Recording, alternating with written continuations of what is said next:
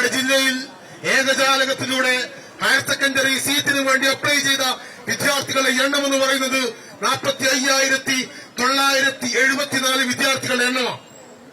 ഈ ജില്ലയിൽ ആകെയുള്ള സീറ്റുകൾ എന്ന് പറയുന്നതിൽ നിന്ന് കണക്കെടുക്കുമ്പോൾ ആകെ അപ്ലൈ ചെയ്ത വിദ്യാർത്ഥികളെക്കാൾ നിങ്ങളെ മനസ്സിലാക്കേണ്ടത് 21,974 വിദ്യാർത്ഥികൾ.